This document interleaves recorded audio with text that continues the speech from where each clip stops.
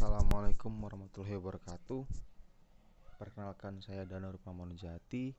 Di sini saya akan menjelaskan tentang materi-materi yang diberikan kepada saya untuk tugas dan kuis.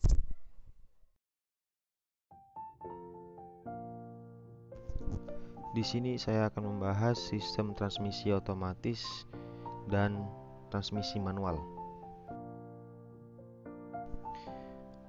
Sebelumnya, ini dia profil saya, Danur Pamonjati.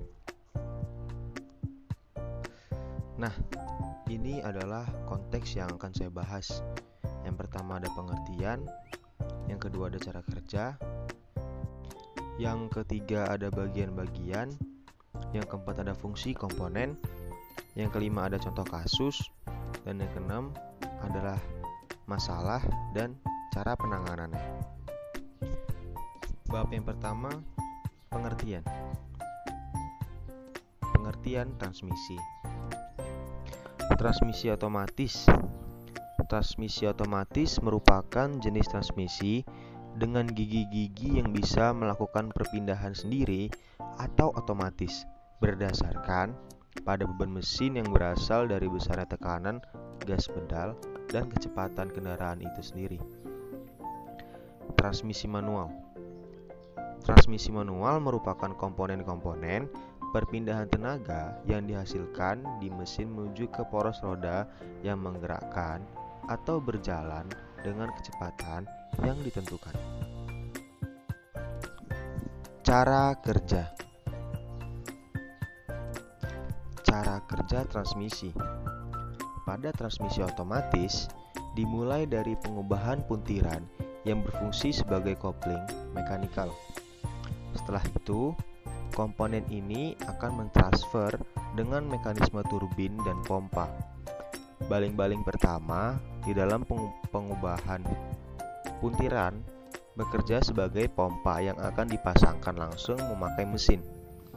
Yang selanjutnya, turbin dan planetary gear akan berfungsi sebagai stator atau mengembangkan sistem baling-baling menjadi 3. Nah, pada transmisi manual, prinsip kerja transmisi manual menggunakan prinsip yang sederhana dengan rasio roda gigi. Perbedaan output kecepatan dapat dilakukan dengan mengubah rasio roda gigi pada sistem transmisinya.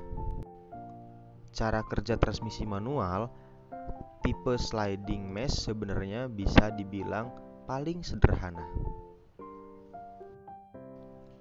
Bagian-bagian komponen.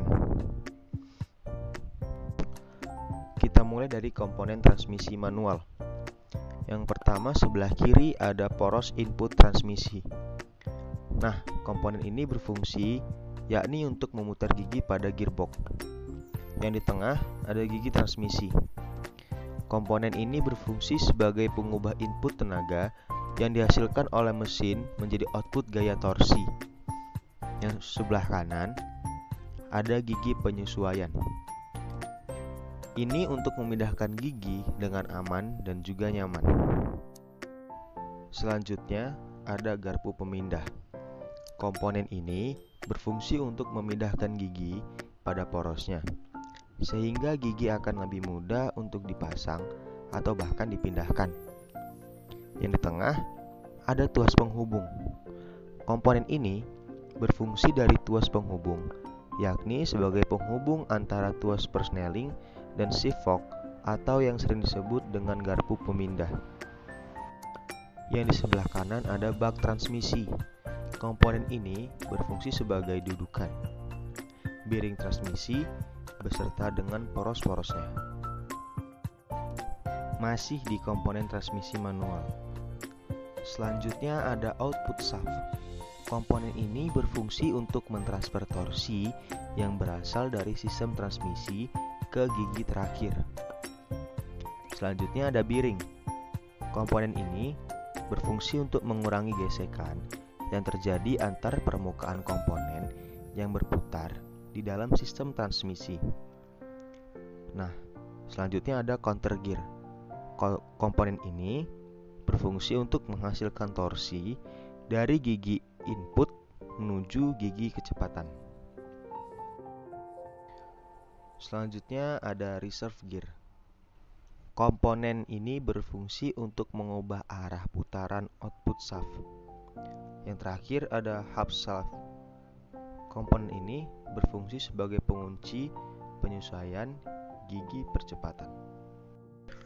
Nah, pada komponen transmisi otomatis yang sebelah kiri ada torsi converter. Komponen ini berfungsi sebagai kopling otomatis yang memindahkan maupun memutus momen mesin terhadap transmisi. Di sebelah kanan itu namanya planetary gear unit. Komponen ini berfungsi untuk menghasilkan tenaga serta menggerakkan kendaraan. Selanjutnya ada hydraulic control unit. Nah, komponen yang ini berfungsi untuk mengendalikan kinerja brake dan kopling transmisi otomatis menggunakan tekanan dari pompa oli. Yang di sebelah kanan namanya manual linkage. Transmisi otomatis menggunakan 2 buah linkage yang memungkinkan sistem transmisi dikendalikan secara manual oleh pengemudi. Contoh kasus tentang transmisi. Penggunaan gear 1, 2, 3 dan seterusnya itu tergantung torsi yang dibutuhkan. Sekarang kita bahas contoh kerusakan dan cara penanganannya. Di sini saya ambil satu contoh general, yaitu suara mendengung. Suara ini diakibatkan torsi yang dibutuhkan, namun kurangnya dorongan dari oli transmisi. Nah, untuk cara penanganannya, itu bisa dengan mengganti oli mesin atau oli transmisi dengan waktu yang terjadwal. Itulah akhir dari penjelasan video saya tentang transmisi otomatis dan manual. Terima kasih. Mohon maaf apabila ada kesalahan kata dalam pengambilan video atau ada perkataan yang tidak berkenan di hati. Sekali lagi saya mohon maaf karena di sini saya juga sedang proses pembelajaran. Saya akhiri. Wassalamualaikum warahmatullahi wabarakatuh.